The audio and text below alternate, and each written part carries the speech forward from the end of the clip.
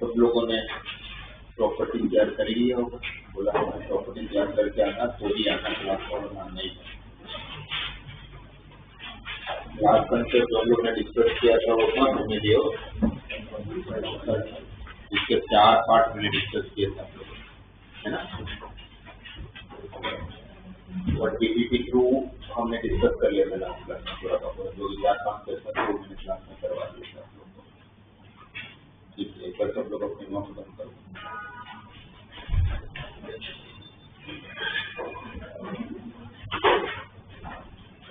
और पीपीटी 1 और 2 भी आप लोग कंप्लीट करके सबमिट करवाइएगा, तो हो जाएगा।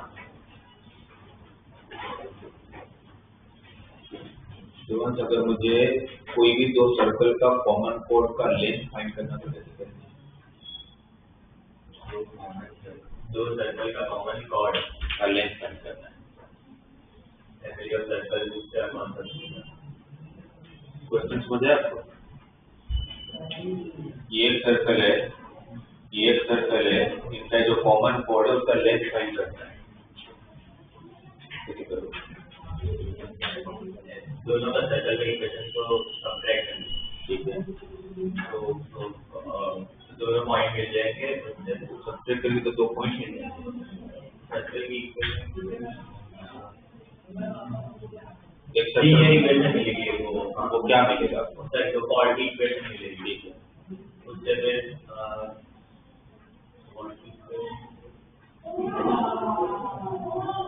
40 इक्वेशन मिली, कैसे मिली? हमने पहले s1 - s2 = 0 कर दिया, ठीक है। अब आपको इसका लेंथ चाहिए, क्या तो याद नहीं करना, आपको यहाँ देख के बताओ, जब सोचोगे तो समझ में आ जाएगा कि लेंथ कैसे ढूंढते थे।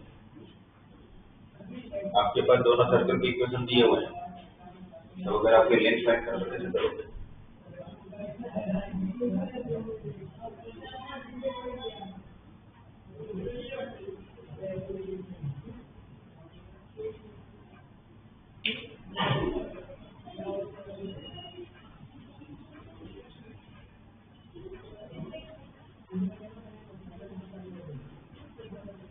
आपको कोड को लेके कोई प्रॉपर्टी पता है?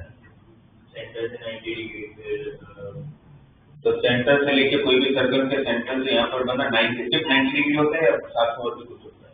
परपेंडिकुलर बाइसेक्टर होता है। तो बाइसेक्टर तो ये लेंथ और ये लेंथ सेम है, इसका जितना लेंथ होगा उसका डबल पूरे का लेंथ होगा। तो अब क्या करूँ? ये क्या है? इसको अगर ज्वाइन करूंगा तो ये क्या है? रेडियस। रेडियस सर्कल का इक्वेशन होगा तो रेडियस मिल जाएगा। कैसे निकालते हैं रेडियस? 2gx और 2s5 माइनस 2gx और रेडियस कैसे निकालते हैं? कोई भी रेडियस तो g इसका स्क्वायर माइनस g अंडर। तो रेडियस निकाल लिया आपने, और सेंटर कैसे निकालते हैं? सेंटर 2gx और सेंटर क्या होता है सर्कल का? Minus g minus s। Minus G minus. तो आपने सर्कल का सेंटर निकाल लिया, रेडियस निकाल लिया। आपका ऑलरेडी ये इक्वेशन है s1 - s2 = 0 पर परपेंडिकुलर डिस्टेंस पर्टिकुलर डिस्टेंस से ये डिस्टेंस निकल जाएगा। कैसे निकलते पर्टिकुलर डिस्टेंस?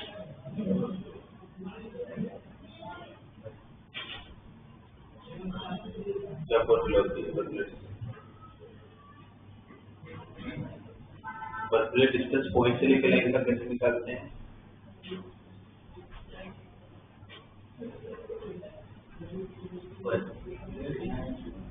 पॉइंट से लेकर लाइन का परपेंडिकुलर डिस्टेंस कैसे निकालते हैं?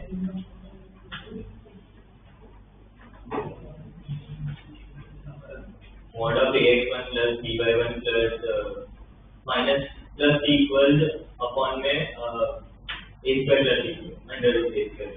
तो ये मिला, रेडियस मिल गया था या 90 डिग्री बना, तो पाइथागोरस ये मिलेगा, उसका 2 साइड हो जाएगा, फिर साइड है तब जाके आपको लेंथ मिलेगा। ठीक है, जब सर्कल के स्लोप और टेंजेंट का स्लोप हो I equals mx plus minus r under root n ये कभी भी यूज हो सकता है या कोई कंडीशन? अगर नहीं और h को की हो तो x की जगह पर x माइनस h और y की जगह पर y माइनस h। एक पॉइंट ऑफ कॉन्टेक्ट के साथ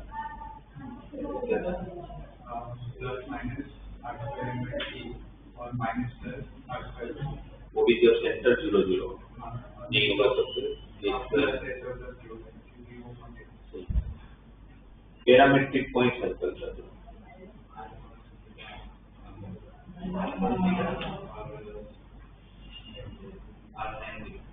और सेंटर 0 0 ना हो तो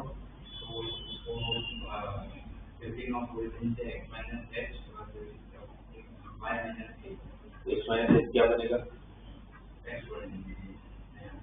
तो जब शिफ्ट करूंगा तो मेरा सेंटर h k है तो फिर इसका पैरामेट्रिक पॉइंट क्या बोलोगे आप?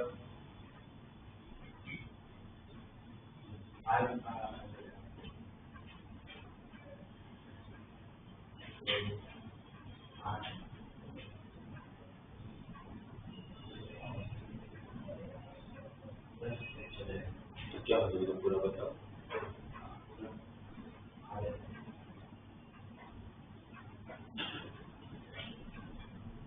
इतना कौन सा कंफ्यूजन है?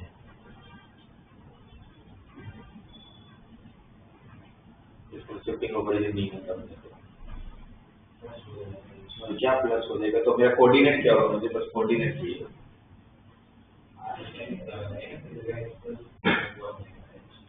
तो आप बोलो मैं लिखता हूँ जो बोलोगे लिखूंगा। x plus h cos theta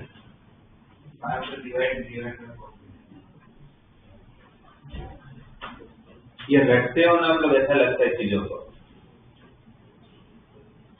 इससे तो अच्छा नहीं पढ़ो ज्यादा अच्छा है क्योंकि आप यूज नहीं कर पाओगे कंसेप्ट के एग्जाम में तो फिर वो याद हो या ना हो कोई फायदा ही नहीं है। सर्कल का पैरामेट्रिक पॉइंट क्या है? अगर सर्कल का सेंटर 0 0 है तो क्या है? x square plus y square equal r square का पैरामेट्रिक पॉइंट क्या है? r cos थीटा और r sin थीटा। ये तब की बात है जब आपका सेंटर 0 0 है। अब वही सेंटर बदल के अगर मेरा h k हो जाता है तो ये जो कोऑर्डिनेट है आपके r cos थीटा और r sin थीटा, ये पहले x और y था, तब वही x क्या बन चुका है? x माइनस h क्या बन चुका है? तो ये x माइनस h आपका r cos थीटा हो गया है और ये क्या हो चुका है? y minus k equal to r sin theta हो गया। तो what is x? h plus r cos theta. What is y? k plus r sin theta. तो अगर आप h को k पे शिफ्ट करोगे तो उसमें k से h के ऐड हो जाएगा, तो जो r cos थीटा था वो क्या बनेगा? h plus r cos theta, h plus r cos theta और ये क्या बनेगा? k plus r sin theta.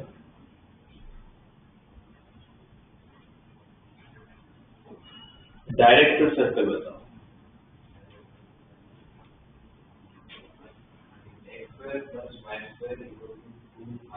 और होता क्या डायरेक्ट सर्कल? जो दो टेंजेंट के बीच में 90 डिग्री बनता है और उससे जो एक लोकस पॉइंट होता है। और ये x square plus y square को 1 स्क्वायर से कम यूज हो सकता है।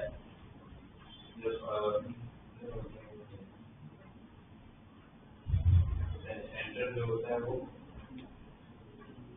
ओरिजिन 0 0 और अगर सेंटर अगर 0 0 की जगह पर h k होगा तो x की जगह पर क्या रखेंगे? y की जगह पर।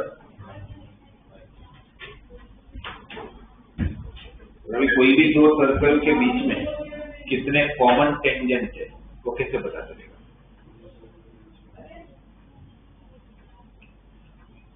मैं आपको दो सर्कल की इक्वेशन दे दूं और आपको चेक करना हो कि इन दोनों सर्कल के बीच में कितने कॉमन टेंजेंट बन रहे हैं, तो कैसे पता करोगे?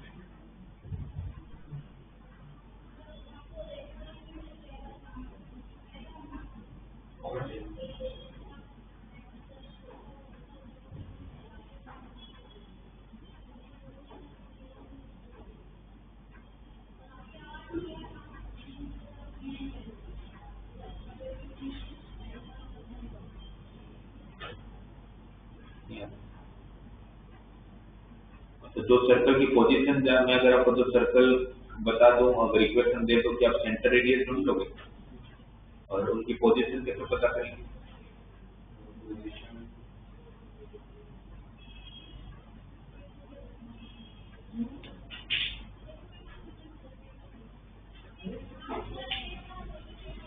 x square plus y square minus 2x minus 2y minus 2 equal to 0 and x square plus y square minus 4x minus 6y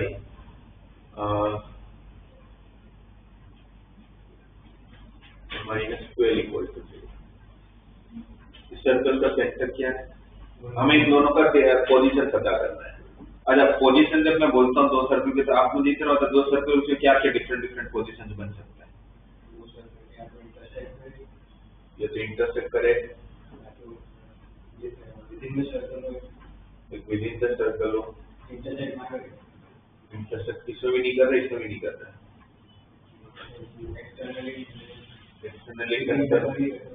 externally कर तो या तो फिर तो मुझे इस पांच में से कौन सी पोजीशन कैसे पता चलेगा?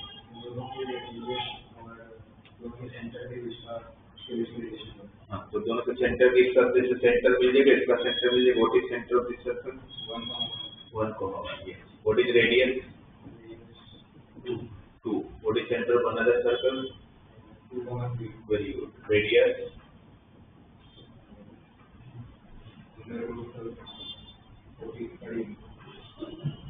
30 और माइनस सी की तो 5। अब आपने बोला दोनों के सेंटर के बीच का डिस्टेंस निकालना है, तो what is C1 C2? Root of 2 minus 1 का 1 का स्क्वायर 1, 3 minus 1 2 का स्क्वायर 4, तो रूट 5। ये जो C1 C2 है, अब उसको किसके साथ कंपेयर किया जाए? दोनों radius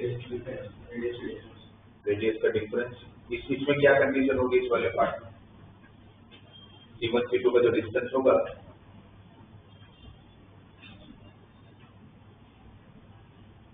C1 C2 less than R1 minus R1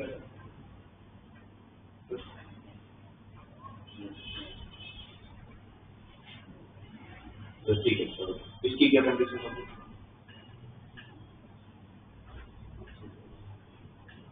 R1 minus R2 equal to 0। इसमें इक्वल होगा तो इसमें क्या होगा? आप लोग देख के बना सकते हो ना कंडीशन, तो मैंने कभी नहीं भी पढ़ाया हो तो भी बना सकता हूँ। इसमें क्या कंडीशन होगी? C1 C2 equal to R1 plus R2। इसमें क्या कंडीशन होगी?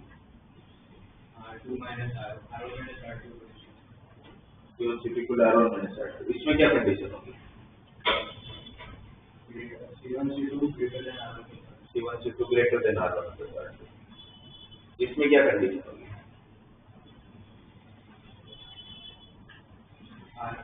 C1 C2 less than R1। Less than R1। इस पर इसमें क्या फर्क है? R1 इसमें टच कर रहा है equal to R1 minus R2 आ रहा है, अगर सर्कल के अंदर है तो less than R1 minus R2। इसमें C1 C2 less than R1 plus R2 तो सही है, बस सिर्फ इतने से नहीं पता चलेगा, greater than R1 minus R2। तो मैं दोनों सर्कल का सेंटर पता कर लिया मैंने, रूट 5। अब अगर मैं इसके साथ कंपेयर करता हूँ तो 5 प्लस 2 7 से तो छोटा ही है, और 5 माइनस 2 3 से भी छोटा है। रूट 5 जब 3 से छोटा होता है तो इसमें कौन सी कंडीशन हुई? C1 C2 less than R1 minus R2 भी है। C1 C2 का डिस्टेंस रूट 5 है, तो आपके हिसाब से अब इसमें से कौन सी 5 से कौन सी कंडीशन बन रही है? मैं किसके साथ कंपेयर करूंगा? R1 प्लस R2 और R1 माइनस R2 के साथ। What is R1 plus R2? 7। What is R1 minus R2? 3। मतलब R2 माइनस R1, बड़े में से छोटा माइनस करो, तो आपके हिसाब से 1 2 3 4 5 में कौन सी कंडीशन में टिक हो रही है? फर्स्ट वाली कैसे हो रही है? R1 माइनस R2 से बड़ा है कि S3 से बड़ा है? रूट का होता है S3 से बड़ा है, तो फिर तो कौन सी कंडीशन से टिक हो?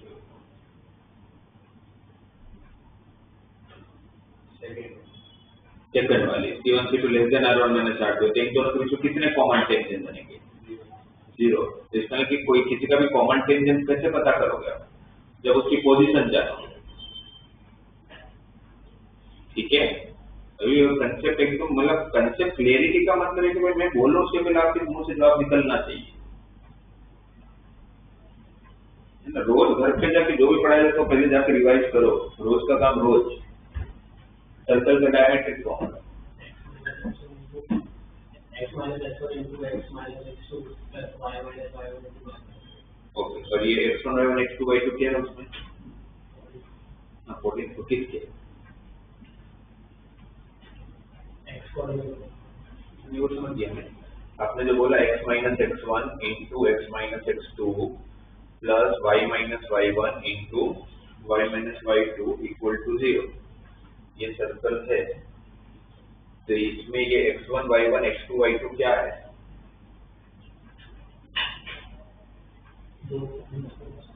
फिर क्या है वो? भैया तो कर लिया, पर यूज भी तो करना पड़ेगा, तो पुट वेक्टर भी तो वैल्यू करना पड़ेगा। तो x1 y1 x2 y2 क्या है? कौन से पॉइंट है? कोऑर्डिनेट से, पर किसके कोऑर्डिनेट से? सेंटर के कोऑर्डिनेट है।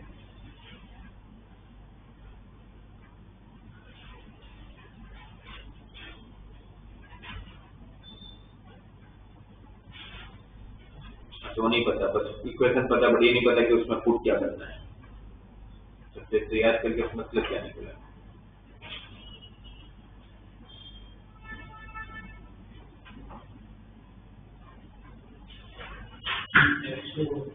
किसके एक्सट्रीम पॉइंट पर? किसके एक्सट्रीम पॉइंट? नाम क्या है इसका, इस फॉर्म का? Diametric form. डायमेट्रिक फॉर्म मतलब किसका यूज हो रहा है? डायमीटर के extreme point. x1 y1 x2 y2 क्या है? तो पूछेंगे फॉर्म तैयार करके, पर x1 y1 x2 y2 क्या है? तो डायमीटर के एक्सट्रीम पॉइंट। अगर आपको दिया जाए कि एक सर्कल है, तो सर्कल का टेंजेंट का पॉइंट फॉर्म बताओ। x square plus y square equal to r square पे x1 y1 से पास होने वाला टेंजेंट का इक्वेशन चाहिए। तो मैंने आप लोगों को थोड़ा रिप्लेसमेंट याद कराया है। तो क्या था रिप्लेसमेंट? x स्क्वायर की जगह पर क्या रखना है, y स्क्वायर की जगह पर क्या रखना है?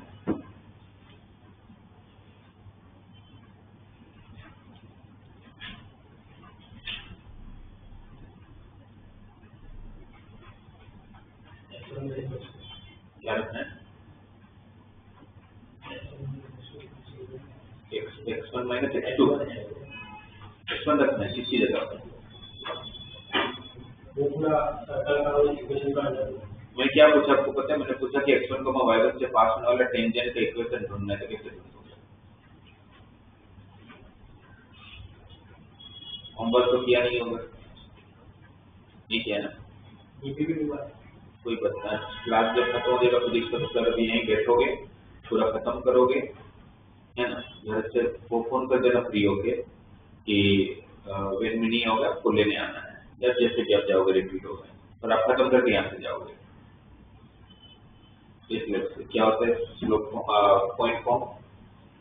x1 plus y1 plus g x minus x1 मतलब मल्टीप्लिकेशन होता है। x स्क्वायर की जगह पर x x1, y स्क्वायर की जगह पर x की जगह पर x minus x की जगह पर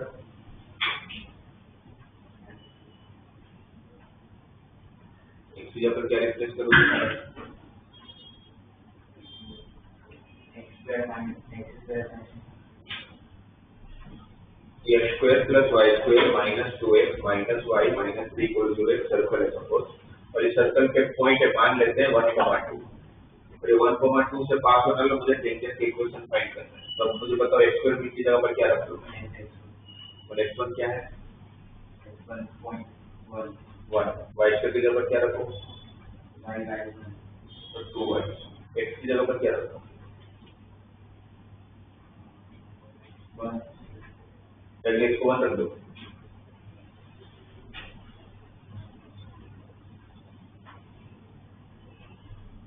आप जो पहले बोल रहे थे वो पूरा बता रहे थे। x स्क्वायर की जगह पर x x1 plus y y1 plus g into x minus x g into x minus x1 फिर आगे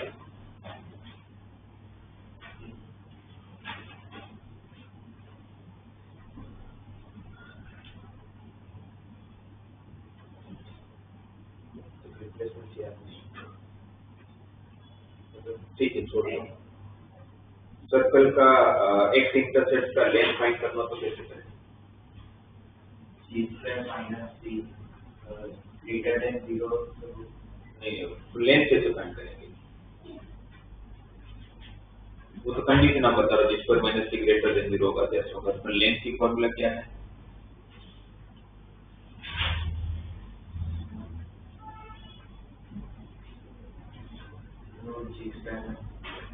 रूट g square minus किसका इंटरसेप्ट है?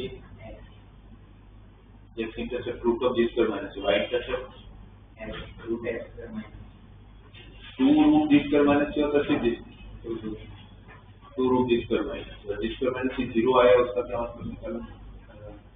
tangent x टेंजेंट बन जाएगा एक्स, और जी स्क्वायर एक्स स्क्वायर माइनस से लेस देन 0 आएगा तो उसका क्या मतलब निकालो? लेस देन 0 आएगा। y axis को इंटरसेप्ट नहीं कर रहा है। रिप्लेसमेंट अच्छे से दिमाग में डाल दो, एक्स स्क्वायर की जगह पर एक्स एक्स वन डालना है, वाई स्क्वायर की जगह पर वाई वाई वन रखना है, एक्स की जगह पर x plus x one by two रखना है, वाई की जगह पर y plus y one by two रखना है, और एक्स वाई की जगह पर x y one plus y x one divide by two रखना है। इतने टर्म आएंगे अपने पास, फिर वो सर्कल हो, पैराबोला हो, एलिप्स हो या हाइपरबोला हो, चारों पार्ट में। ये हम 50वें क्लास में डिस्कस कर चुके, जो 51 स्टैंड में आपको बता रहा हूँ। इतना लास्ट क्लास में हम लोगों ने डिस्कस किया था बाइसेक्टेड कोड at given point x1, y1, उसका शॉर्ट कर दिया था। क्या था वो? बाइसेक्टेड कोड फाइंड करने का डायरेक्टली मैंने आपको शॉर्ट कर दिया, ये यूज करोगे आंसर आ जाएगा। क्या था वो?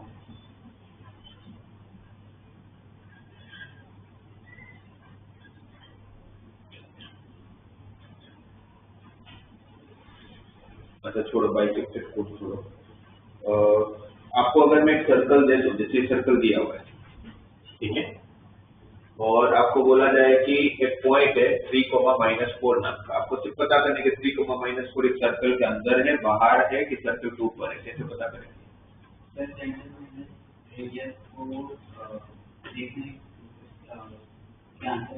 किसका किसका क्या देखना है?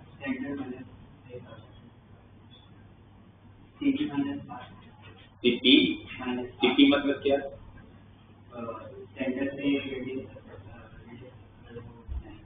सीटी मतलब सेंटर से रेडियस है। सीटी मतलब सेंटर से लेके गिवन पॉइंट तक का डिस्टेंस। ओके, फिर उसको किसके साथ कंपेयर करना है? किसके साथ? सीटी को 0 के साथ कंपेयर करना है। अगर सीटी माइनस आर 0 से अगर बड़ा है तो फिर आउटसाइड सेमी पॉइंट, अगर इक्वल है तो सर्कल से सर्कल पॉइंट है, और अगर 0 से छोटा है तो अंदर। तो इसी को मैंने बोला था जब सीपी ढूंढने की जरूरत नहीं, जो आपने कंसेप्ट बताया उसका मैंने आपको डायरेक्टली बता दिया कि उसका मतलब क्या हुआ। उसका मतलब यही था कि भाई ये जो पॉइंट होता है उसको डायरेक्ट आप इक्वेशन में डालोगे, x की जगह पर 3, y की जगह पर -4। अगर लेस देन 0 आए तो अंदर है, ग्रेटर देन 0 आए तो बाहर है, इक्वल टू 0 आए तो ऑन टू सर्कल। मुझे एक सर्कल का इक्वेशन फाइंड करना है, ठीक है। वो सर्कल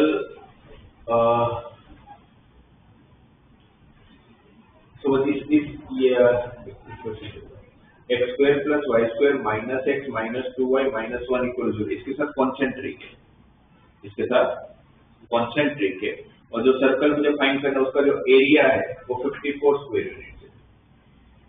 तो मैं सर्कल की इक्वेशन कैसे निकालूं?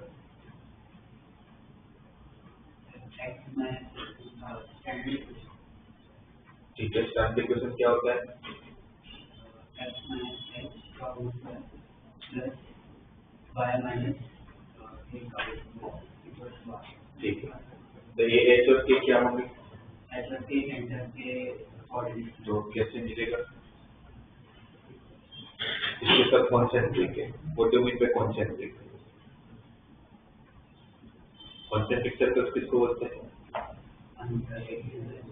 एक कॉमन सेंटर। इसका सेंटर कितना है? माइनस तो उसकी सबसे कितना है?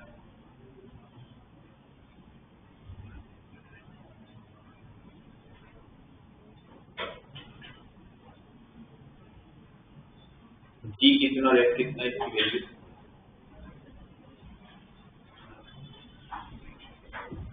किसके साथ कंपेयर करोगे? तो क्या होगा?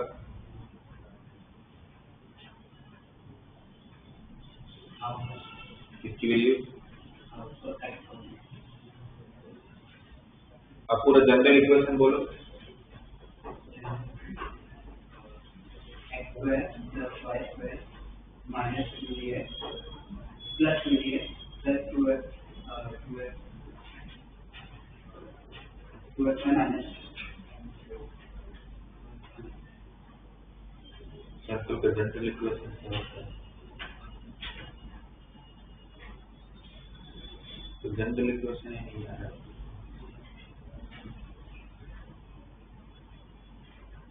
कर लिया आपने असाइनमेंट? बाकी है ना, घर नहीं जाओगे आप, यहाँ से कंप्लीट हो ना, क्या क्या कंप्लीट करते जाओगे? भला रात के 12 बजे अपने क्लास खुला रखेंगे आपके लिए। DPP1 और DPP2 पूरा ठीक है। मैंने क्या बोला था, जो काम किया है तो उसके बिना नहीं आने का। अगर आपसे नहीं हो तो घर पे रहो आप, यहाँ पर आप मेरे पे एहसान करने थोड़ी ना आते हो। मुझे आपको जनरल फॉर्म याद नहीं हुआ है। सर्कल का जनरल फॉर्म होता है x square plus y square plus 2gx plus 2fy plus c minus c नहीं होता। अब इसके साथ आप कंपेयर करो, what is value of g?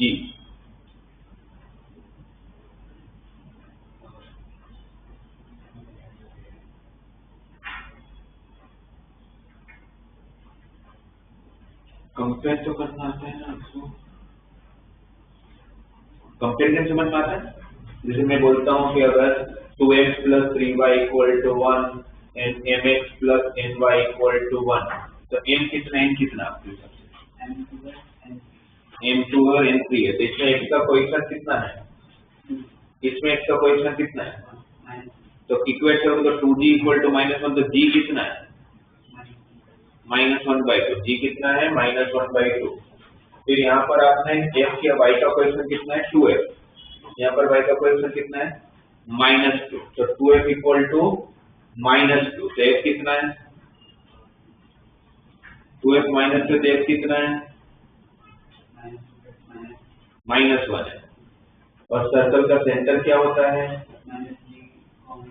तो क्या हो जाएगा? 1/2, 1। और रेडियस की फॉर्मूला क्या होती है? Root of g square plus F square minus c। c कितना है? -1, तो माइनस माइनस प्लस 1। तो 2 और 1/4 से एलसीएम लूंगा तो 9/4, तो 3/2। इस सर्कल का सेंटर कितना है? 1/2, 1। रेडियस कितना है? 3/2। क्वेश्चन क्या था? मुझे एक सर्कल के इक्वेशन फाइंड करना है जो इसके साथ कॉन्सेंट्रिक है और जिसका एरिया 54 स्क्वायर यूनिट है। तो कॉन्सेंट्रिक मीन्स आपने बताया कि सेंटर सेम होता है, तो इसका भी सेंटर जो मुझे फाइंड करना है वो भी 1/2, 1 ही होगा। तो इसकी जगह पर क्या रखूंगा? 1/2। के की जगह पर क्या रखूंगा? 1। अब क्या नहीं है मेरे पास? रेडियस। कैसे निकालूंगा? तो G square plus F square minus नहीं कर सकता ना। आपको क्वेश्चन ये है कि भाई आपके पास ये सर्कल दिया हुआ है, उसके साथ एक कॉन्सेंट्रिक सर्कल से जिसका सेंटर हमें पता चल गया 1/2, 1 है, पर इसका रेडियस आपको ढूंढना पड़ेगा ना। इसका रेडियस 3/2 है। ये सर्कल दिया तो उसका रेडियस 3/2 है। अंदर का सर्कल का रेडियस कैसे पता करूं? क्या दिया हुआ है?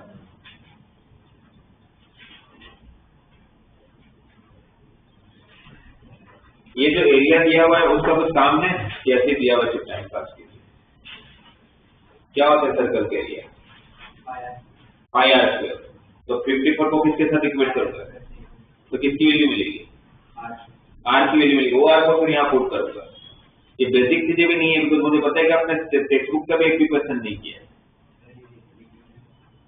क्या डीपीपी में किया हुआ है, तो फिर भी नहीं आ रहा है। असाइनमेंट कंप्लीट करोगे फिर आप यहाँ से जाओगे। मानो जो उसको पूछा तो मैंने बाइसेक्टेड कोड का इक्वेशन,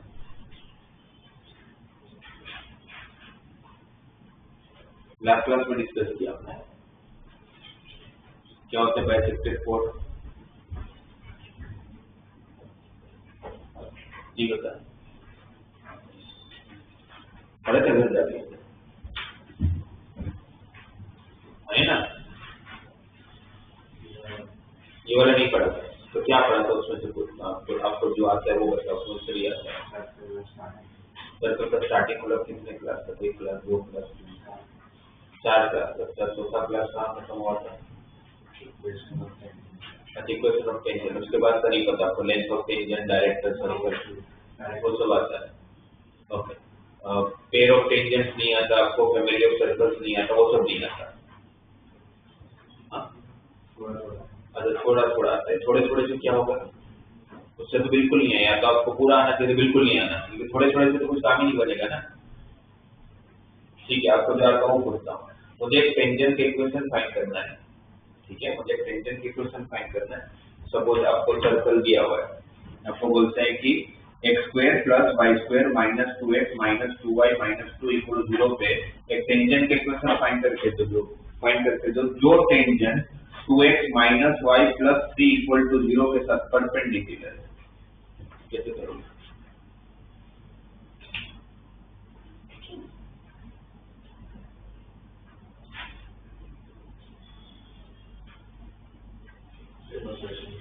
इस सर्कल पे मुझे टेंजेंट का इक्वेशन फाइंड करना, तो इसके साथ परपेंडिकुलर है। क्या करेंगे? चलो ठीक है, p = r के सीरीज को।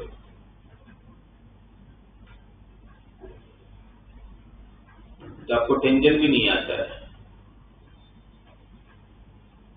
क्या गिवन है? सर्कल का इक्वेशन और टेंजेंट है। तो 2x - y + 3 = 0 जो है, जिसके साथ टेंजेंट परपेंडिकुलर है।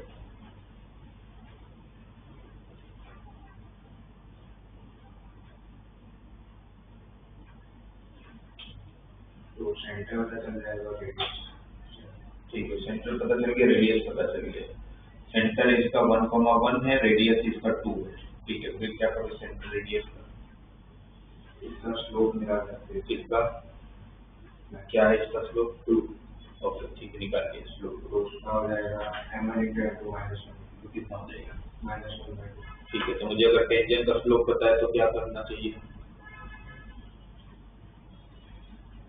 स्लोप पता है, पॉइंट पता है, तो उसकी इक्वेशन पॉइंट कहाँ पता है?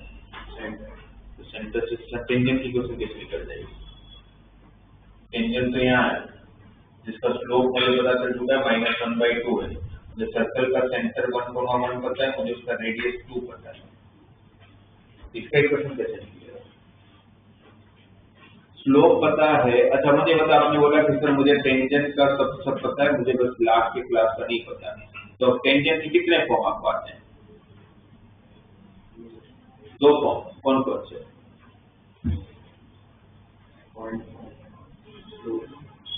और 2 ही फॉर्म होते हैं।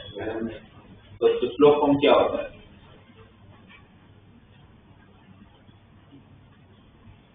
स्लोप फॉर्म क्या है? असाइनमेंट करिए।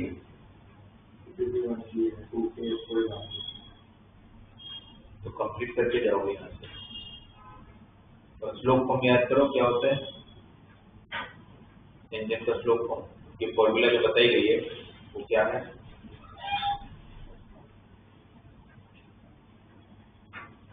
वो याद नहीं है। तो ये बताओ अपने को वापस याद सोच के कि आपको कहाँ तक याद है, मैं उसी में से पूछूंगा आपको कि सर मुझे पहला क्लास बस पता है, कुछ होगा कि सर मुझे यहाँ तक आता है आपको, या कुछ भी नहीं आता है। रिलेशन ऑफ टेंजेंट के आगे पता है, सर टेंजेंट से थोड़ा स्लोप फॉर्म नहीं पता, तो क्या कौन सा फॉर्म पता है? अच्छा, पॉइंट फॉर्म पता है, पैरामीट्रिक फॉर्म पता है क्या? x cos theta plus y sin theta equal to r, x cos theta plus y sin theta equal to r। But अगर स्लोप फॉर्म नहीं पता, ठीक है चलो मुझे नहीं पता स्लोप फॉर्म, तो अब मुझे इसके इक्वेशन फाइंड करना, तो कैसे करूंगा?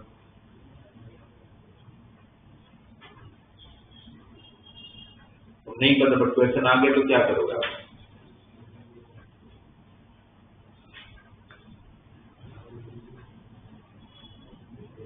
मैंने आप लोगों को सारे फॉर्म दिए, बट कल उठ के अगर वो फॉर्म भूल जाते हो एग्जाम हॉल में तो कुछ भी हो सकता है, तो उस टाइम पर मैं इस इक्वेशन को कैसे फाइंड करूं? आपको क्या पता है ऑलरेडी? अच्छा, यहाँ पर एक बार ध्यान दो सब लोग,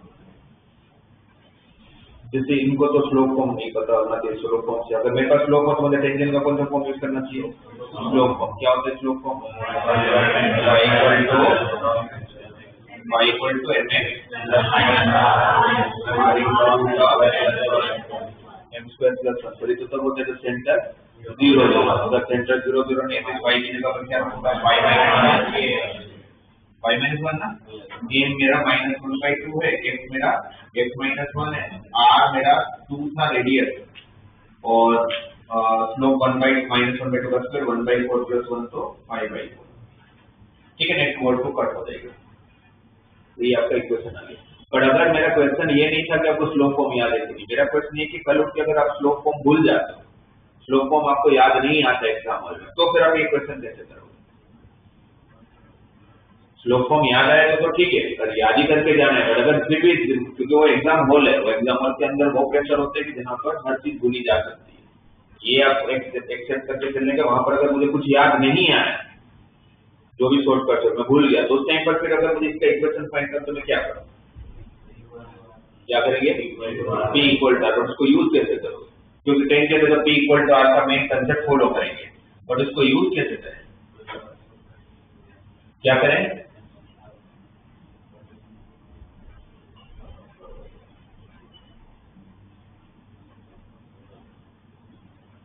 सेंटर का पहले तो डिस्टेंस निकालेंगे, टेंजेंट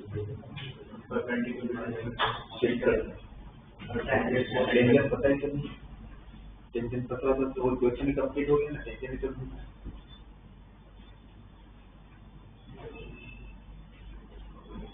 क्या करेंगे? अच्छा, मुझे ये याद कर, छोड़ो, मेरे को ये याद कराओ, ये सी की वैल्यू मुझे कैसे मिली थी? ये रिफॉर्म कैसा है? y equal to mx plus c का p equal to r use किया, तो इसमें भी क्या करूंगा? इसमें क्या करूंगा? सेम फॉलो करूंगा। तो मैं आपको क्यों मेथड बताता हूँ, मैं आपको डायरेक्टली तो बता सकता था, स्लोप फॉर्म होता है इसको याद कर लेना, ये पॉइंट फॉर्म होता है इसको याद कर लेना, डायरेक्ट सर्कल इक्वेशन होता है इसको याद कर लेना। अगर मैं डायरेक्टली बताता तो हमारा 12th का भी सिलेबस खत्म हो गया होता, हम फिर डेट का रिवीजन करते हैं। तो मैं आपको इसलिए बताता हूँ कि ये सारी चीजें समझाता इसलिए हूँ कि कल उठ के ऐसा होगा कि आप वहां पर भूलोगे चीजें, तो उस टाइम पर आपको याद होना चाहिए वो फॉर्म कैसे, वही चीज फॉलो करनी है मुझे। अब मुझे पता था कि y equal to mx plus c, मैंने p equal to r use किया तो c मुझे मिला, तो सेम यहाँ करूंगा, मुझे स्लोप ऑलरेडी पता है, तो मैं इस इक्वेशन का slope y equal to mx plus c वाला फॉर्म ले लूंगा, तो y equal to -1/2x plus c, ये मेरा आंसर आ गया। बस क्या नहीं पता मुझे? c नहीं पता, तो c पता करने के लिए मैं क्या कर लूंगा? p इक्वल टू r का कंसेप्ट यूज कर लूंगा, ये मेरा आंसर है, बस c मिल जाए मुझे। और c कैसे मिलेगा? तो p इक्वल टू r का कंसेप्ट यूज करके, p इक्वल r का कंसेप्ट कैसे यूज करके? बाय 1,1 से इसका परपेंडिकुलर डिस्टेंस, x को 1 y को 1, तो 1 + 2 3 - 2c divided by √5 is equal to r कितना है? 2। इसको क्रॉस मल्टीप्लाई कर लूंगा, मोड हटाऊंगा तो प्लस और माइनस आ जाएगा, c की वैल्यू मिल जाएगी, c हटा दूंगा, तो टेंजेंट इक्वेशन आ जाएगा। ये तब की बात अगर ध्यान नहीं आता है, तो उसी कंसेप्ट से फिर आप वहां पर ढूंढोगे। भाई कुछ भी याद नहीं है, पूरा असाइनमेंट कंप्लीट करके आप यहाँ से जाओगे। और जब एक असाइनमेंट कंप्लीट करते तो पहले आपके कंसेप्ट दिमाग में बिठाने होते, फिर वो असाइनमेंट करना होता है। आप नोटबुक लेके बैठोगे ना उस असाइनमेंट के, भाई ये फॉर्मूला सर ने पढ़ा, उसमें से देख देख के करोगे तो आपका कंसेप्ट पहले पढ़ो, उसका पहले दिमाग में उतार और फिर उसको क्वेश्चन के अंदर उसको अप्लाई करो, तो वो दिमाग में लंबे टाइम तक बैठेगा। पूरे साल खत्म होने का अभी तक आप लोगों को बताना पड़ रहा है।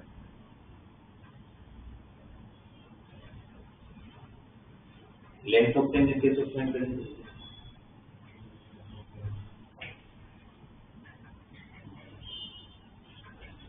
S1 माइनस S2 करेंगे। लेंथ ऑफ टेंजेंट, हाँ, S1 मतलब टेंजेंट।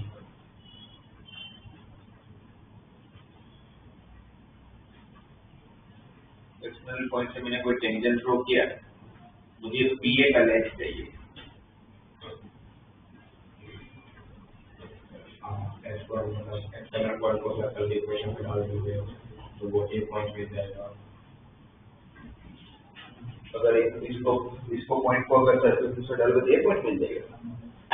पॉइंट को सर्कल के इक्वेशन में डालोगे तो कांस्टेंट मिलेगा, उसको क्या बोलते हैं?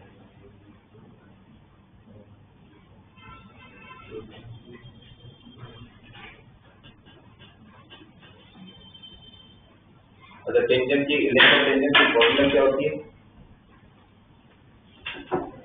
डीपीबी को कंप्लीट कर लिए पूरा का पूरा?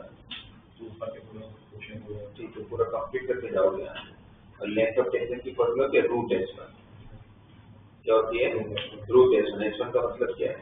इसका मतलब सर्कल के इक्वेशन में वो एक्सटेंशन जब डाल दिया तो जो कांस्टेंट लेंथ है वो S1 होता है, रूट S1 तो वो S1 है, तो उसका स्क्वायर रूट लूंगा तो जो मिलेगा मेरा लेंथ ऑफ टेंजेंट होगा। लास्ट क्लास में पेयर ऑफ टेंजेंट्स डिस्कस किया था, कैसे फाइंड करते हैं?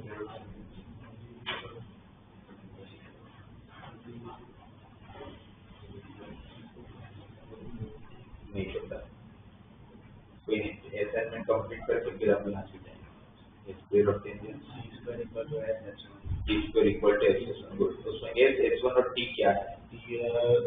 टेंजेंट का पॉइंट फॉर्म है, S सर्कल का इक्वेशन है और S1 अगर एक्सटर्नल पॉइंट होगा तो उसमें पुट करेंगे वो।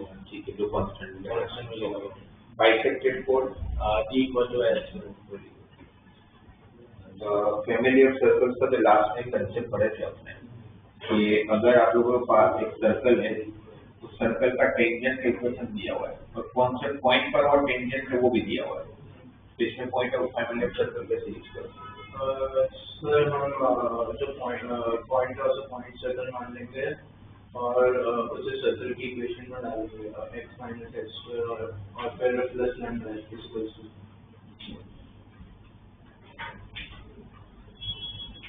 अगर कोई सर्कल अगर एक्स एक्सिस को टच करता है और सर्कल का सेंटर अगर x को के है तो कौन सी कंडीशन को सेटिस्फाई करेगा?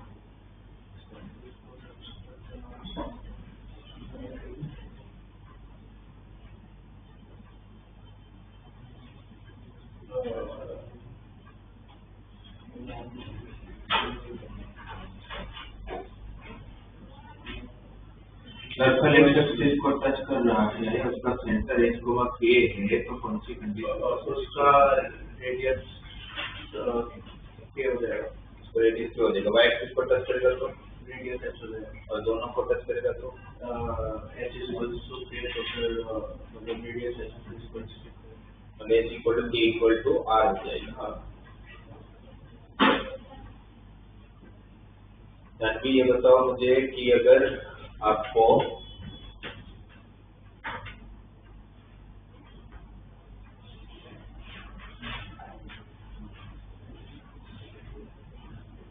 क्वेश्चन दिया जाता है कि find the equation of circle which is passing through intersecting point of this both circles, intersecting point of this both circles and whose center is lying on the y axis.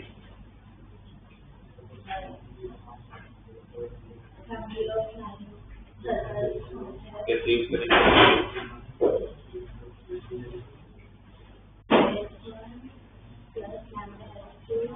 ठीक है, ये lambda कितने निकालेंगे? ठीक है, वो सब रख लिया। सेंटर दिया, सेंटर y एक्सिस पे दिया, पर सेंटर पहले निकालना पड़ेगा। सेंटर के x कोऑर्डिनेट को 0 करना, पर सेंटर के x कोऑर्डिनेट बता भी तो, सेंटर के x कोऑर्डिनेट पता होगा तब 0 के साथ इक्वेट करोगे ना। तो सर्कल का x कोऑर्डिनेट कैसे ढूंढेंगे और सेंटर कैसे ढूंढेंगे? अपने x1 प्लस लेम्डा x2 लिख दिया, लिख देता हूँ आपके लिए, x square plus y square minus 2x minus 2y minus 2 plus lambda of x square plus y square minus 4x minus 6y minus 12।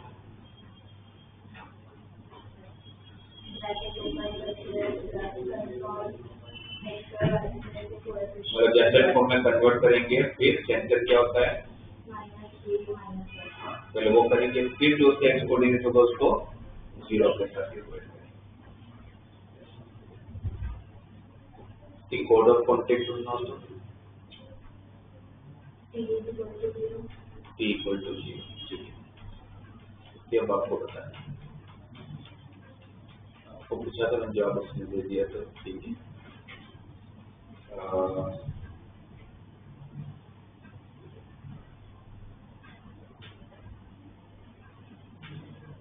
ये जो सर्कल है, इसका डायरेक्ट सर्कल की इक्वेशन क्या होगा?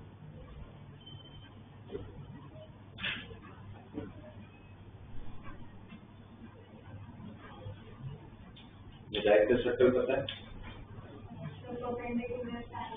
तो क्या होता है उसका इक्वेशन डायरेक्ट सर्कल का?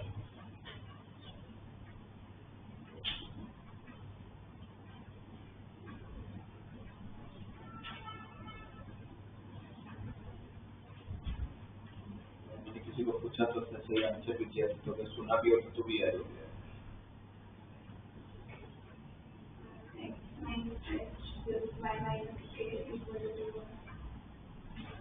डायरेक्ट सर्कल के, सर्कल में डायरेक्ट सर्कल क्या होता है, लाइन होता है या खुद सर्कल बनता है, क्या होता है? तो आपने तो x minus h plus equal to, अच्छा 2r या 2r स्क्वायर, पढ़ा नहीं ना, असाइनमेंट कंप्लीट है, सेकंड बार की कोई बात नहीं, आज पापा को बोलना तो थोड़ा ले जाएंगे आपको, कंप्लीट करेंगे फिर जाएंगे आप माई को इसको क्वेश्चन को जवाब के बाद इस सर्कल का आपको डायरेक्ट सर्कल ढूंढना है।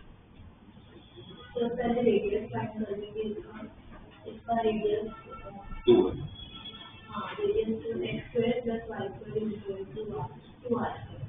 इसमें वही होगा x square plus y square 2r square, नहीं r ना बता तो पुट करेंगे, r2 है तो आपने बोला x square plus y square 2r square, x square plus y square 2 into r square, r2 बताया था 2 का स्क्वायर 4, इसका डायरेक्ट सर्कल इक्वेशन होगा x square plus y square 8,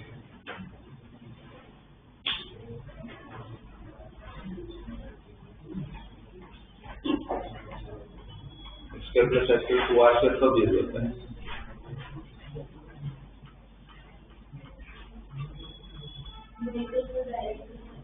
बराबर है, पर क्या हमेशा कोई भी सर्कल क्लियर हो सकता है? नहीं, एक सर्कल नहीं है, पर सेंटर हाँ तो इसमें शिफ्टिंग ऑफ ओरिजिन क्या करें? x माइनस x का होल स्क्वायर और प्लस वहाँ एक और थी क्या है?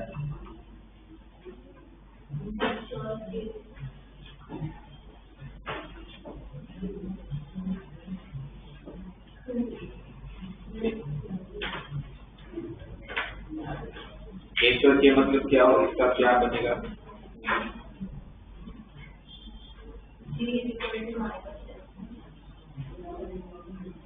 आपने बोला एक तो से x से जब x माइनस एच रखना है, क्योंकि अब आप लोगों ने इतनी बार सुन लिया मेरे मुंह से, तब ये हो सकता है कि वो टाइम माइनस सेट हो गया, अगर x को x माइनस एच रखने का, y को y माइनस के रखने पर, h और k क्या है?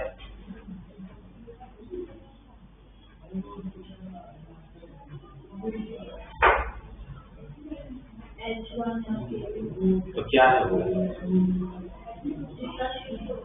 भी बराबर। तो रेशियो के क्या है, इस सर्कल के सेंटर है ना, जहाँ टिप किया मतलब आपने ओरिजिन को कहाँ ले गए, 0,0 का कहाँ ले गए 1,1 पे, तो 1,1 क्या है उसका सेंटर है। रेशियो के क्या है तो सेंटर है, यहाँ पर आप टिप कर सकते हो। एक की जगह पर 1 रख लूंगा, के की जगह पर भी 1 रख लूंगा। तो इस पूरी इक्वेशन में क्या डिफरेंस पड़ता है, जब director circle and actual circle concentric होते हैं, सेंटर तो सेम ही होता है दोनों तरफ से, किसका फर्क आता है रेडियस, मतलब कांस्टेंट का डिफरेंस आएगा, बाकी सब कुछ सेम आएगा। इसको सोल्व कर लोगे तो किसका डिफरेंस आएगा, कांस्टेंट का डिफरेंस है, क्योंकि सेंटर तो सेम ही है, तो सेंटर यहाँ से मिलता है वो तो सेम ही है।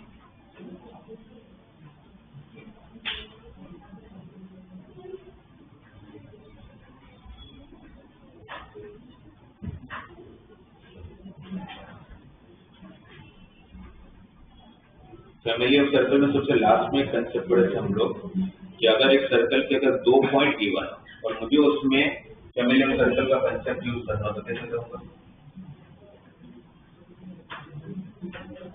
मुझे ए और बी दिया हुआ है, मेरे क्वेश्चन में क्या क्या दिया हुआ है, इस सर्कल के ऊपर के दोनों पॉइंट गिवन है, फिर बोलते कि इसमें फैमिली ऑफ सर्कल का कंसेप्ट यूज करना तो कैसे करें।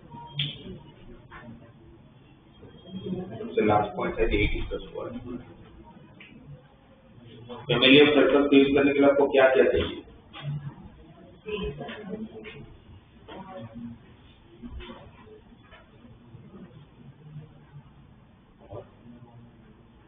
दो सर्कल एक लाइन और दो सर्कल, एक सर्कल एक लाइन एक पॉइंट, बस एक सर्कल और एक लाइन ही चाहिए और कुछ नहीं चाहिए। तो कैसे करें, इसमें सर्कल भी नहीं दिया लाइन भी नहीं दिया, बट ए और बी पॉइंट दिया है, उसमें किससे नहीं बी पॉइंट सर्कल के इक्वेशन तो पूछना है, कैसे बनाओ। अगर आपके पास 2 पॉइंट हो तो क्या लाइन निकाल लोगे आप, निकाल लेंगे लाइन के इक्वेशन। ये पॉइंट आपका -1,3 है, ये पॉइंट आपका 2,4 है, तो क्या आप ए बी को ज्वाइन करके जो लाइन बनेगा उससे इक्वेशन निकाल पाएंगे,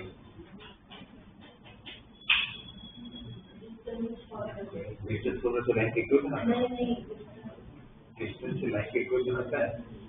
लाइन के इक्वेशन के लिए क्या चाहिए, तो लाइन के इक्वेशन के लिए 2 पॉइंट चाहिए, लाइन के इक्वेशन के लिए क्या चाहिए, एक पॉइंट और एक स्लोप चाहिए। पॉइंट तो 2 दे रहे हैं, ज्यादा ही है एक पॉइंट, तो जरूरत भी नहीं, तो स्लोप के लिए 2 पॉइंट चाहिए। स्लोप कैसे निकालोगे इसका,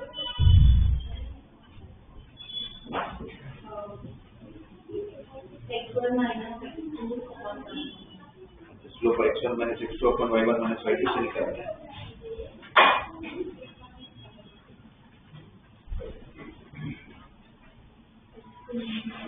slope y2 - y1 upon x2 - x1 से निकालते हैं। तो स्लोप नहीं पता है, उसमें कंफ्यूजन क्या है, स्लोप में कंफ्यूजन हो गया, उसमें तो पूरा कोऑर्डिनेट ज्योमेट्री में कंफ्यूजन है फिर। अच्छा तो y2 - y1 upon x2 - x1 से स्लोप निकाल लिया, पॉइंट दिया हुआ था, लाइन के इक्वेशन कैसे निकालो,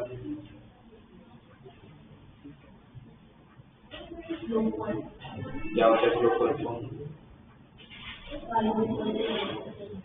वो स्लोप पॉइंट कौन होता है,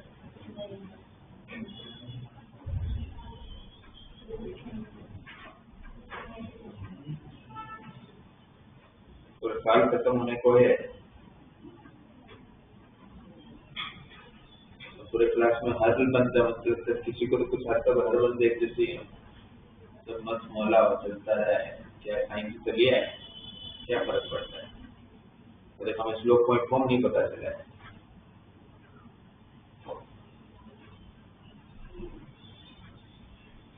y - y1 = m × x - x1, इसको बोलते हैं स्लोप पॉइंट फॉर्म। इससे लाइन के इक्वेशन आ जाएगा, तो लाइन के इक्वेशन से भी काम तो नहीं बनेगा, ये सर्कल देगा तो सर्कल कैसे निकालें, और फिर कौन से पॉइंट का पॉइंट सर्कल बनाओ,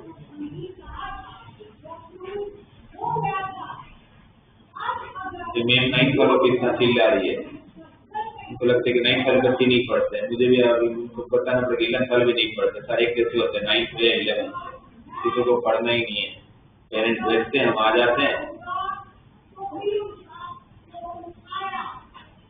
ये याद ही नहीं है आपको, अगर क्लास में जब दिन नहीं हुआ,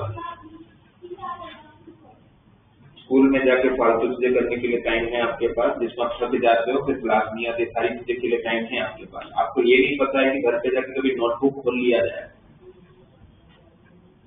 क्या करते थे इसके अंदर वो जब उसमें मिले सर्कल का कंसेप्ट करते, मेरे पास 2 पॉइंट है, डायमेट्रिक फॉर्म यूज करके सर्कल का इक्वेशन बनाते हैं कि मुझे सर्कल के लिए क्या चाहिए, एक लाइन और एक सर्कल तो चाहिए, और 2 पॉइंट अगर मुझे सर्कल ढूंढना है तो मुझे डायमेट्रिक फॉर्म ये करते कि जो 2 पॉइंट से आपको सर्कल के इक्वेशन ढूंढ के दे सकते हो, कोई नहीं दे सकता। तो उसके हिसाब से क्या हो जाएगा, ये एक डायमेट्रिक फॉर्म क्या होता है, x minus x1 into x minus x2 plus y minus y1 into y minus y2 plus lambda, और ये जो लाइन का इक्वेशन आ गया होगा, plus lambda l equal to 0, और फिर lambda की वैल्यू की हमें कोई ना कोई कंडीशन दी होती है जिससे हम lambda ढूंढ लेते हैं। असाइनमेंट तो नहीं हुआ होगा एक से, ठीक है, इसलिए बाकी उसको कंप्लीट करोगे और नोट्स फिर ऑफिस में छोड़ोगे, फिर जाओगे सब लोग। और ये आज मैंने पूछा था, आप लोगों को लगा कि सर बोलते तो पूछते नहीं है, तो मैं कभी भी रैंडमली पूछूंगा, आज पूछा और आपको बिठाया, नेक्स्ट क्लास में बिठाऊंगा नहीं मैं क्लास में, आपको बाहर निकलना पड़ेगा। अगर आपको चलता हो तो मत पढ़ के आना, वरना रोज का काम रोज पढ़ लेना है। कोऑर्डिनेट ज्योमेट्री प्रॉपर्टीज के बिना नहीं बनेगा, जैसे ट्रिग्नोमेट्रिक फॉर्मूलाज के बिना नहीं बनेगा, वैसे यहाँ पर प्रॉपर्टीज याद नहीं होगी तो काम नहीं होने वाला है।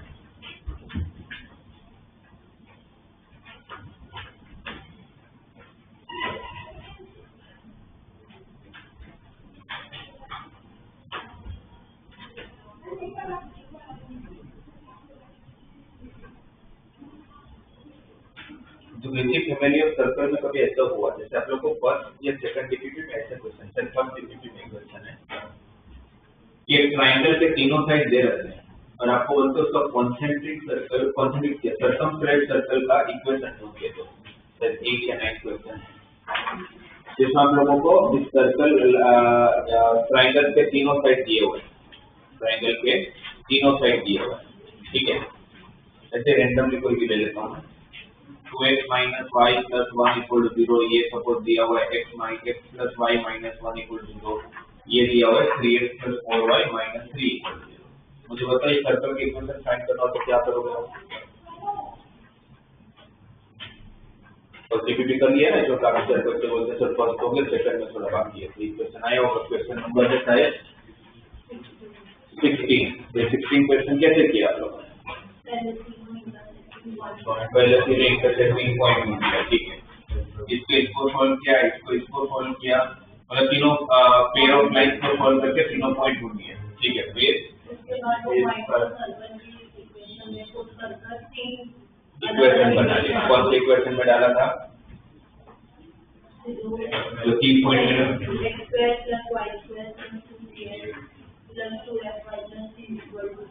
ठीक है, इसके अंदर आपने तीनों पॉइंट रखा, 3 इक्वेशन मिले, 3 अननोन से, कौन से जी एफ सी, करेक्ट, तो जी एफ सी की वैल्यू ढूंढी गई और उसमें रख दिया गया।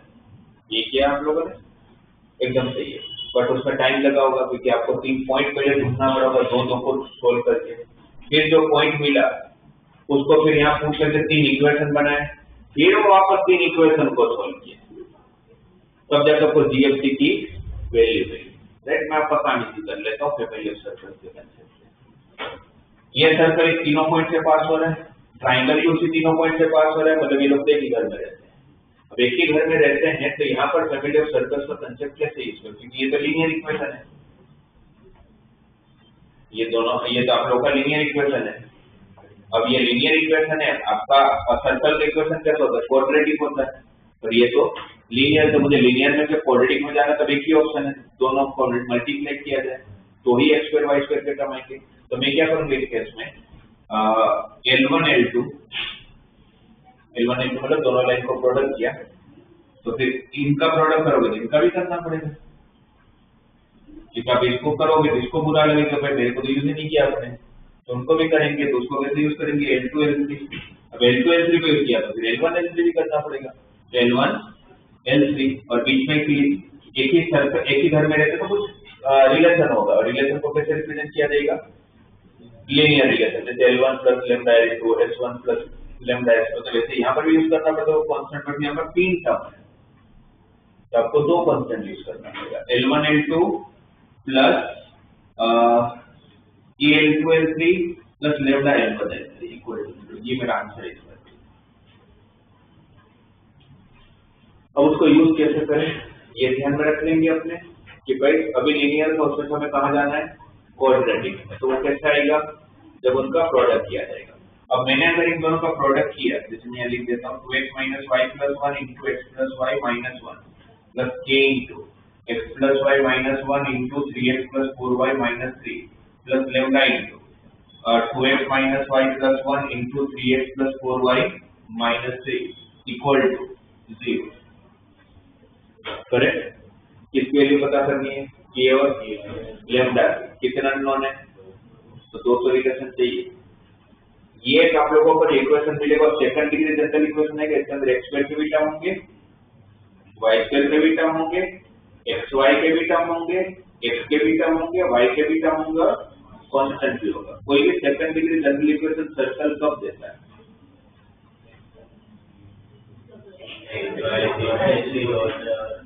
एक जीरो एच जीरो और ए इक्वल टू बी का मतलब क्या, एक्स स्क्वायर का कोएफिशिएंट और यहाँ पर एक्स स्क्वायर का कोएफिशिएंट कितना है, 2x स्क्वायर का 2, यहाँ पर एक्स स्क्वायर का कोएफिशिएंट कितना है 3k स्क्वायर, यहाँ पर 2, यहाँ पर 3k, यहाँ पर कितना होगा 6x स्क्वायर इंटू लैम्डा तो प्लस 6 लैम्डा, ये वो एक्स स्क्वायर का कोएफिशिएंट, वाई स्क्वायर का coefficient minus Y into Y, minus Y square तो minus 1, 4y into Y, 4y square into K तो 4k वाई स्क्वायर, यहाँ पर 4y into minus Y, minus 4y square into lambda तो minus 4 lambda.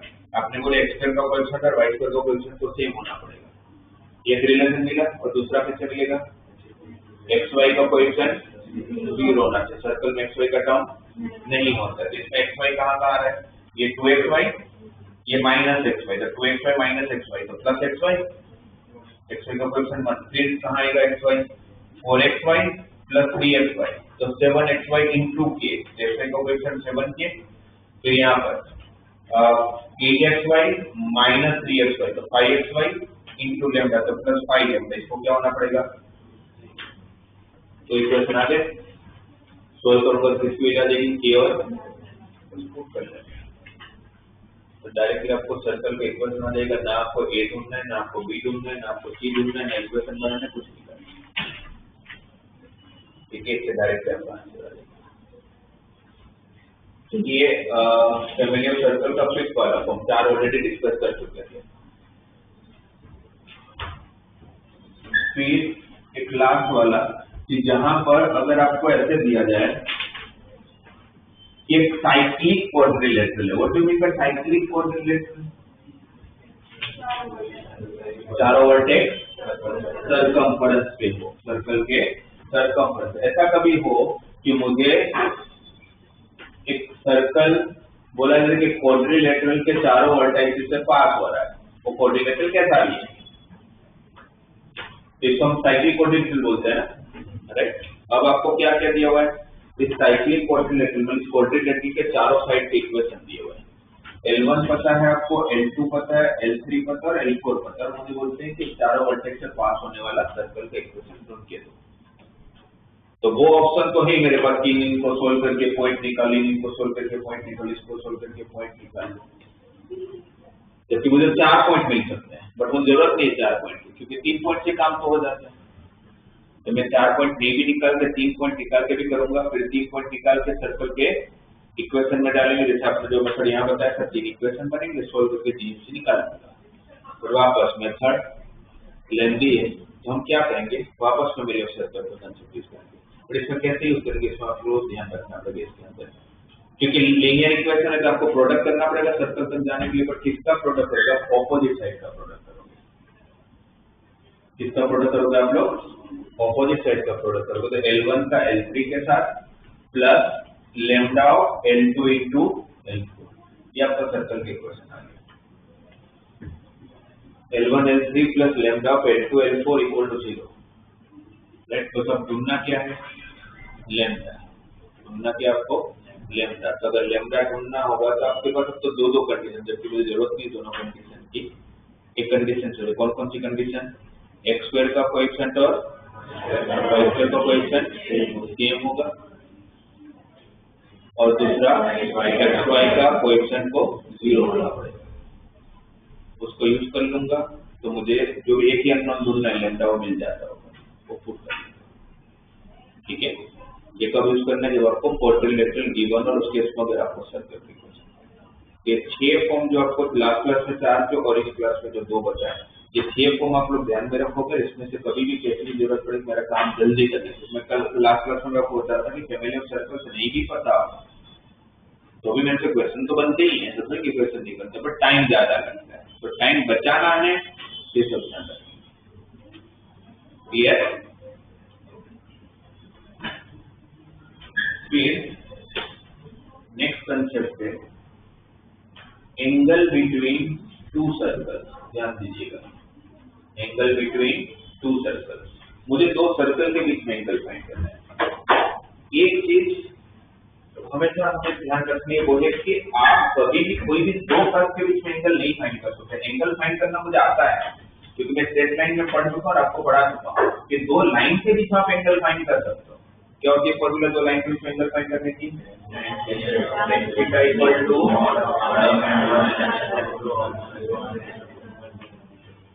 इससे आप लोगों को 2 लाइन के बीच में एंगल आ जाते हैं। तो आप सिर्फ 2 लाइन के बीच में ही एंगल निकाल सकते हैं। यहाँ पर एंगल किसके बीच में निकालने को बोल रहे हैं? 2 सर्कल के बीच में। मुझे कोई बोले कि कोई 2 कर्व दे दे, मुझे एग्जांपल के हिसाब से मुझे बोले कि ये कर्व है, ये कर्व है, इसके बीच में एंगल निकालो। तो कर्व के बीच में एंगल होता है नहीं, इसे निकाले कैसे? तो 2 कर्व के बीच में जब एंगल निकालने की बात है तो उसका मतलब कि उनका जो इंटरसेक्टिंग पॉइंट होगा, इनका जो इंटरसेक्टिंग पॉइंट होगा, उस इंटरसेक्टिंग पॉइंट पे दोनों कर्व अलग अलग टेंजेंट बनेंगे। ये टेंजेंट इस वाले कर्व पे, ये टेंजेंट इस वाले कर्व पे, उनके बीच में जो एंगल बनता है 2 लाइन के बीच में तो एंगल बन जाएगा। 2 लाइन के बीच में एंगल फाइंड करना मुझे आता है, तो मैं उन दोनों टेंजेंट के बीच में एंगल फाइंड करूंगा। कौन से 2 टेंजेंट के बीच में? दोनों कर्व के इंटरसेक्टिंग पॉइंट से दोनों कर्व पे जो टेंजेंट बनेगा उनके बीच में जो एंगल फाइंड करूंगा उस एंगल को बोला जाएगा एंगल बिटवीन 2 कर्व्स। तो क्या बोला जाएगा? Angle between 2 curves. कि कभी भी कोई भी 2 कर्व के बीच में एंगल फाइंड करना होगा तो उनके इंटरसेक्टिंग पॉइंट से पास होने वाले टेंजेंट्स के बीच में आपको एंगल निकाल के देना पड़ेगा। तो सेम अगर मुझे यहाँ पर बोला गया कि angle between the 2 circle, 2 circle दिए हुए हैं, दोनों सर्कल इंटरसेक्ट कर रहे हैं और मुझे बोलते हैं कि हम दोनों सर्कल के बीच में एंगल फाइंड करके दो, तो नहीं कर पाएंगे क्योंकि फाइंड करने की कोई फॉर्मूला नहीं है, कोई कंसेप्ट है। तो मुझे क्या करना पड़ेगा? उनके इंटरसेक्टिंग पॉइंट से, ये इंटरसेक्टिंग पॉइंट है, इस इंटरसेक्टिंग पॉइंट पे मैं इस सर्कल पे टेंजेंट बनाऊंगा, मैं इस एक टेंजेंट बनाऊंगा और ये दोनों टेंजेंट के बीच में कुछ ना कुछ एंगल बनता होगा, वो एंगल को बोला जाएगा एंगल बिटवीन 2 सर्कल। तो क्या बोला जाएगा? Angle between 2 circle. और वो एंगल कैसे निकाल, ये समझ में आ गया? कि कभी भी आपको बहुत बार आएगा, इनके बहुत सारे चैप्टर्स में angle between the 2 curves. Angle between the 2 curves का मतलब है कि उनके इंटरसेक्टिंग पॉइंट से पास होने वाले टेंजेंट के बीच में जो एंगल निकलता है उसी को बोलते हैं एंगल बिटवीन 2 कर्व्स। तो वो कंसेप्ट हम सर्कल में जब यूज कर रहे हैं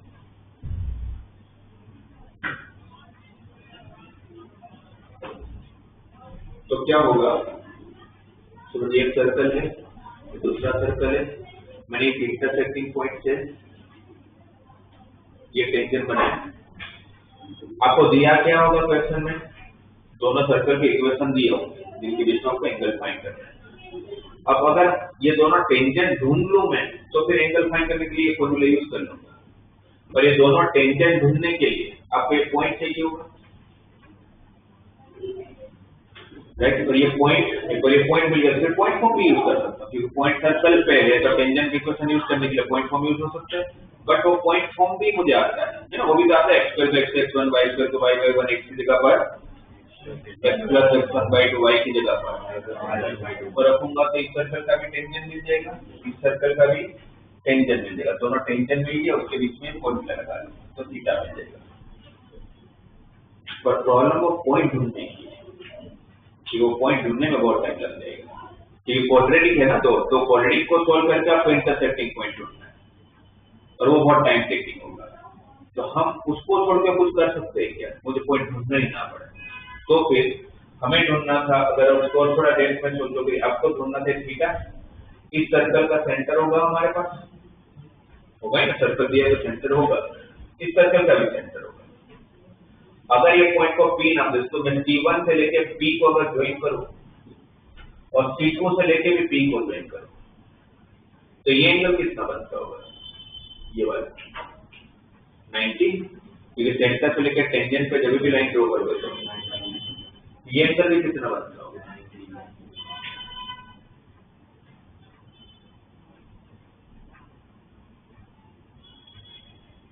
ये वाला कितना बनता होगा 90। मैं यहाँ पर अलग से फिगर बना रहा हूँ, यहाँ पर पॉइंट P है, यहाँ पर पॉइंट C1 है, यहाँ पर पॉइंट P है, यहाँ पर सेंटर C2 है, यहाँ से टेंजेंट निकला था फर्स्ट सर्कल पे, यहाँ पर एक टेंजेंट निकला था दूसरे सर्कल पे, ये दोनों टेंजेंट इक्वेशन, इसको T1 T2 लिख देता हूँ। आपको ढूंढना ये थीटा है, ये एंगल कितना बना था 90, एंगल भी कितना बना था 90, ये ठीक है। अच्छा अगर ये 90 बना था तो ये भी कितना बना होगा, ये वाला पॉइंट ये कितना बना होगा, पूरा 180 होता है, तो उसमें 90 ये है तो ये पूरा कितना होगा, तो उसमें थीटा ये है तो ये कितना होगा 90 माइनस थीटा। इस तरफ ये 90 है तो ये भी कितना होगा 90, उसमें ये थीटा है तो ये कितना 90 माइनस थीटा, तो ये पूरा कितना 90 minus theta plus 90 minus theta 180 minus theta 180 minus theta. मुझे ढूंढना क्या था थीटा, मुझे ढूंढना क्या है थीटा। अब वो थीटा ढूंढने के लिए आपको दोनों टेंजेंट के इक्वेशन निकालना पड़ेगा, और मुझे अगर 180 माइनस थीटा ढूंढने के लिए मुझे कुछ भी नहीं ढूंढना पड़ेगा, क्योंकि ये किसके बीच एंगल निकल रहा है C1 P और C2 के बीच में। C1 और C2 क्या है, दोनों सर्कल के सेंटर, तो दोनों सर्कल के इक्वेशन आपको पता होगा तो सेंटर पता चली गया होगा। और C1 से लेके P का डिस्टेंस क्या है रेडियस, तो आपको R1 भी पता होगा और आपको R2 भी पता होगा, मैं C1 C2 को अगर ज्वाइन करूं एक ट्राइंगल बना C1P C2, उसमें आपको क्या क्या पता है, C1 पता है C2 पता है, तो उनके बीच का डिस्टेंस पता चल जाएगी डिस्टेंस फॉर्मूला से। आपको ये R1 पता है, आपको R2 पता है, इसमें आपको ट्राइंगल के तीनों साइड के लेंथ पता है, आपको ट्राइंगल के तीनों साइड के लेंथ पता है, करेक्ट। और आपको ये एंगल ढूंढना है, तो ट्रिग्नोमेट्री का कौन सा बेंच है, अगर मुझे किसी भी ट्राइंगल के तीनों साइड पता और मुझे वो एंगल ढूंढना हो, ट्राइंगल का कोई भी एक एंगल ढूंढना, ये तीनों एंगल ढूंढना, तो कौन सा कंसेप्ट लगा। सबसे लास्ट में ट्रिग्नोमेट्री में आप लोग 3 चैप्टर पढ़े, trigonometric ratios and identities, trigonometric equation, और थर्ड वाला कौन सा था, उसमें कौन कौन से 2 मेन रूल आपने डिस्कस किए। क्वेश्चन रूल याद करो, क्या था क्वेश्चन रूल, अगर ये ट्राइंगल है ABC, AB को हम C बोलते हैं, BC को हम A बोलते हैं, AC को हम B बोलते हैं, अगर मुझे एंगल A निकालना है तो उसकी क्या फॉर्मूला है,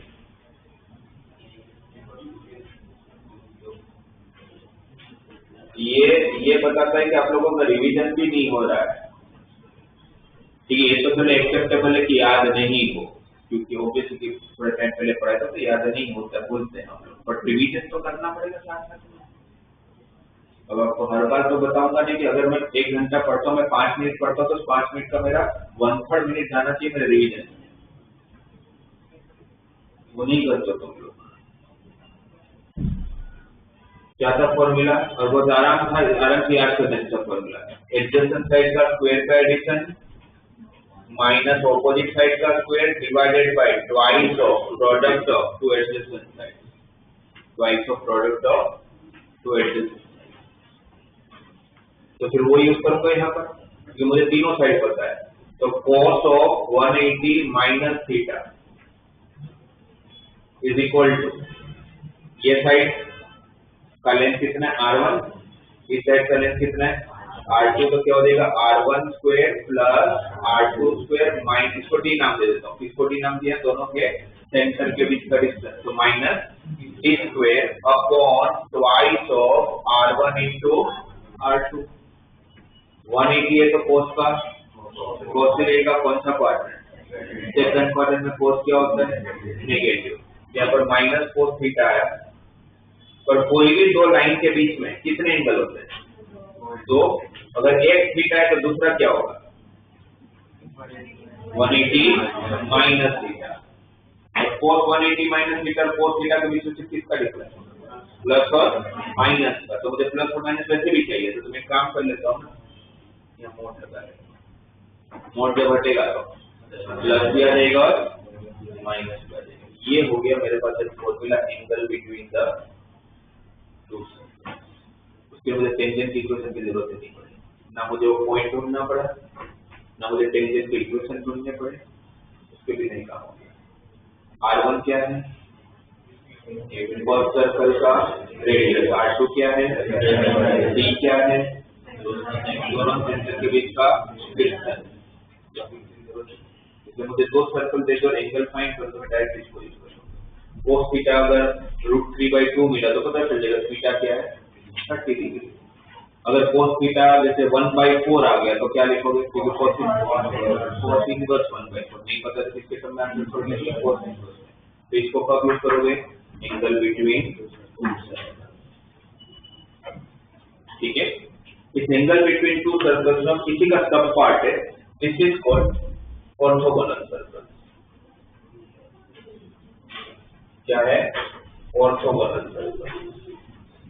orthogonal and perpendicular are synonyms, orthogonal and perpendicular are the synonyms, but दोनों का यूज अलग अलग जगह पर। हम कभी भी ऐसा बोलते नहीं है कि ऑर्थोगोनल लाइन, हम लाइन के लिए हमेशा क्या वर्ड यूज करते हैं, परपेंडिकुलर लाइन। बट हम कभी भी ऐसा नहीं बोलेंगे कि परपेंडिकुलर कर्व, हम कर्व के लिए बोलेंगे ऑर्थोगोनल कर्व, है ना। दोनों का मतलब एक ही है, 90 डिग्री बनाता है, बट यूज अलग अलग जगह यूज होता है, राइट। परपेंडिकुलर लाइन के लिए यूज होता है, ऑर्थोगोनल कर्व के लिए होता है। तो यहाँ पर अगर बोला गया है कि ऑर्थोगोनल सर्कल, इसका मतलब क्या है कि हम दोनों सर्कल के बीच में जो दोनों टेंजेंट है उसके बीच में कितना एंगल बना रहे हैं, ठीक है। सर्कल एंगल नहीं बनाता, एंगल कौन बनाता है, उनके टेंजेंट, उनके इंटरसेक्टिंग पॉइंट से पास होने वाले टेंजेंट एंगल बनाते हैं। तो सर्कल 90 डिग्री बना रहा है, मतलब उनके टेंजेंट के बीच में 90 डिग्री बना, उसको क्या बोलेंगे, ऑर्थोगोनल सर्कल। तो ऑर्थोगोनल वर्ड ध्यान में रखेंगे। तो यहाँ पर ऑर्थोगोनल सर्कल की बात है तो थीटा को कितना होना पड़ेगा 90, थीटा को कितना होना पड़ेगा 90, ऑर्थोगोनल सर्कल से थीटा इक्वल टू 90। अगर थीटा 90 हुआ तो cos 90 की वैल्यू 0, अगर थीटा 90 इसमें रखा तो what is value of cos 90 0। तो इसका मतलब ऑर्थोगोनल सर्कल की कंडीशन क्या होगी, थीटा को 90 होना है तो cos 90 0 हो गया, तो 0 किसको होना पड़ेगा, न्यूमरेटर को 0 होना पड़ेगा, r1 square plus r2 square minus d square equal to 0। r1 क्या है, फर्स्ट सर्कल का इक्वेशन अगर मैं लिखूं x square plus y square plus 2g1x plus 2f1y plus d1 equal to 0 and x square plus y square plus 2g twice of g2x plus twice of f2y plus d2 equal to 0। तो इसका centre क्या है first circle का, minus g1 minus f1। दूसरे circle का centre, first circle का radius, दूसरे circle का radius plus f2 square minus d2, और इसमें d क्या है, distance between both the centre, तो वो डिस्टेंस मतलब निकल जाएगा। तो सारी वैल्यू जब इसमें रखोगे ना, R1 की वैल्यू, R2 की वैल्यू और दोनों सेंटर के बीच का डिस्टेंस, तो मैं डायरेक्ट आपको तो अक्सर कम कट हो जाते होंगे। तो लास्ट में जो इक्वेशन मिलेगा जो आपको याद कर लेना वो इक्वेशन ये twice of G1 G2 plus twice of F1 F2 equal to C1 plus C2। Last में ये मिलता है। जब इसको मैं सोल्व करता हूँ ना, R1 square plus R2 square minus D square को, फिर D square distance between the centre, तो लास्ट ये कंडीशन।